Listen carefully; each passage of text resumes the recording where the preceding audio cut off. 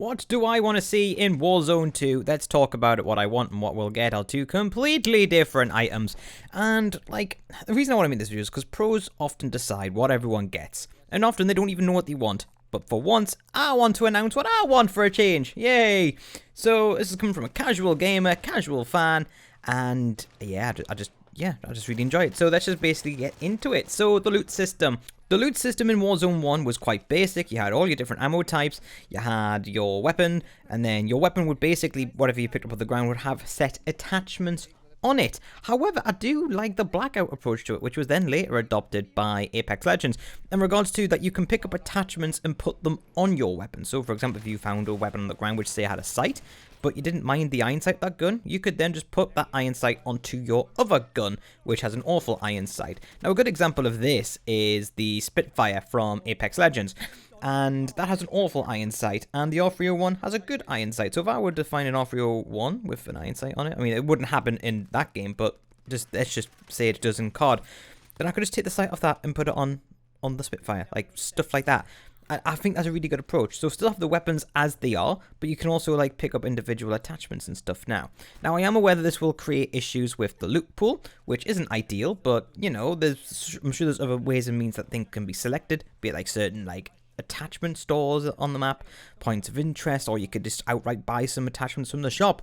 So with that, you could technically have your loadout, and you would still have options for, you know, going forward and taking stuff from there. Like, for example, long barrels, short barrels, mods, you know, ammo mods, stuff like that.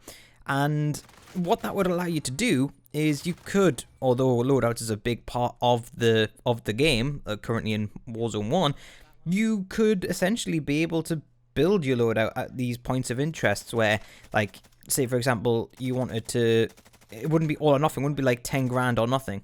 It would be like, right, cool, well, I've got like 3 grand now, so I can probably buy the weapon I want and then put the like a couple of the core attachments on there and kind of go from there. I think that would be an interesting dynamic. Whether it would work or not is a different question, but being able to pick up these attachments as well as buying them and kind of get these mods up on the go, I think it's a good idea. And just being able to hot swap attachments across different weapons, I think that's actually really good because it adds to the customizability and it adds a layer of depth to it as well. And I think that's quite good because in Apex you can do that as well, which is really cool. That's one feature I have enjoyed, that you can just hot swap out attachments. So that's one thing I would definitely want in the loot system / loadout system.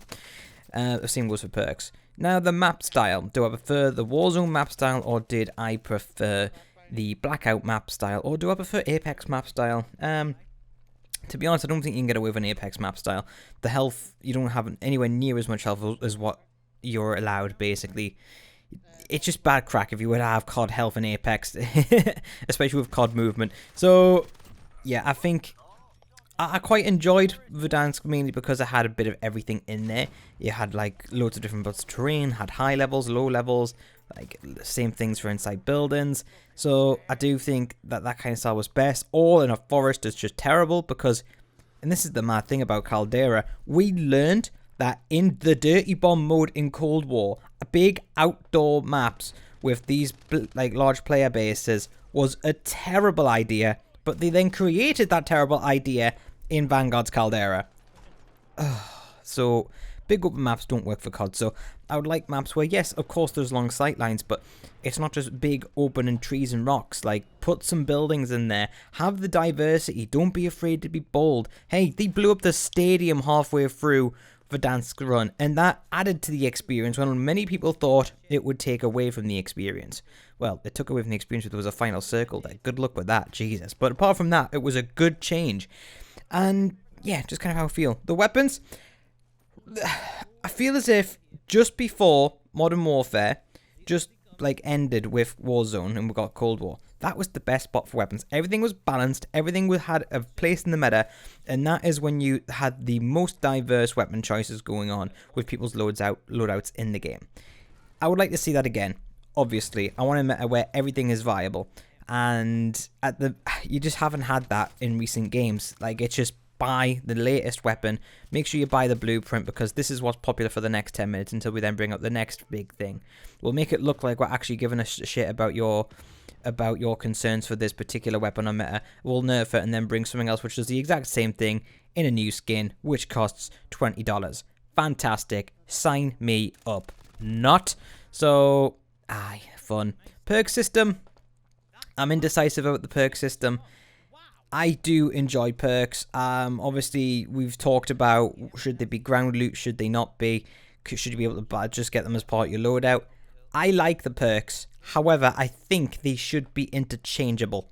And by that, the same way which I was talking about with the attachments before there, you can swap out your perks like on the fly. I think that would be pretty... I think that would be pretty decent. So, kind of like a backpack feature, but not like where if you've got like a certain level 2 perk on, you can, you can work around that and kind of, right, well, I think I'm going to need high alert for going in there. Right, okay, I think I'm going to want restock for going in there. Obviously, it's got to have some cost, be it a financial cost, maybe it's something you do at a shop. But I do like the idea of interchangeable perks. I think that would be quite interesting, and I think that would be, quite good. And obviously, this does lead into the argument as, well, is your loadout system going to be loadout what you call in, or is it going to be RNG and whatever cash you buy, currency you can then get certain bits for and build in? Like, you might, an expensive attachment might be a certain scope, but if you find one off the floor, you can then put those monies into building your barrel and your mag type, or your extended mag, or whatever. So, there is arguments about that. So, I do actually quite enjoy that concept. Now, the next thing I want to talk about is vehicles. Vehicles, should they stay or should they go? They should stay, I think. I don't think they should have guns on them. I think that was taking the piss a little bit. But I definitely think there should be some vehicles. Now, I think there should be counters to that, obviously. And a counter to that I always felt was C4. Now, you could have it where C4, and this is just a patch, like, no idea, where C4 does significant damage to vehicles, but doesn't do as much damage to people, and that would create a dynamic where it's a deliberate choice. So, obviously, you can't throw C4 miles away, but it does give you an option. There's been many a time where I've thrown C4 at a vehicle oncoming for my face, including heli-whoppers, and it's been fun. But there's also been times where you can just yeet one downstairs and completely time-wipe people. Of course, I don't agree with that. But say if it did 70 damage to people and then could one hit a car, I'm up for that. Yeah, I'm absolutely up for that. And maybe it's the big trucks at 2 hits. Oh, wait. Don't know how I feel about that, actually. But I'm not here balancing the game. I'm just here giving ideas. So, that's my argument about vehicles. There should be in the game, but there should be an answer to it, which isn't putting 3 or 4 mags of an LMG into it. But what do you guys think? What do you guys want to see in the next Warzone game? Let me know in the comment section below, and I will reply to you, because I am very interested to see what's going on. But guys, we're so close to 600 subscribers, so please make sure you hit that subscribe button if you haven't done so already. Hit like, hit all the algorithm pleasing buttons. Now I'm going to drink my cup of tea. Enjoy!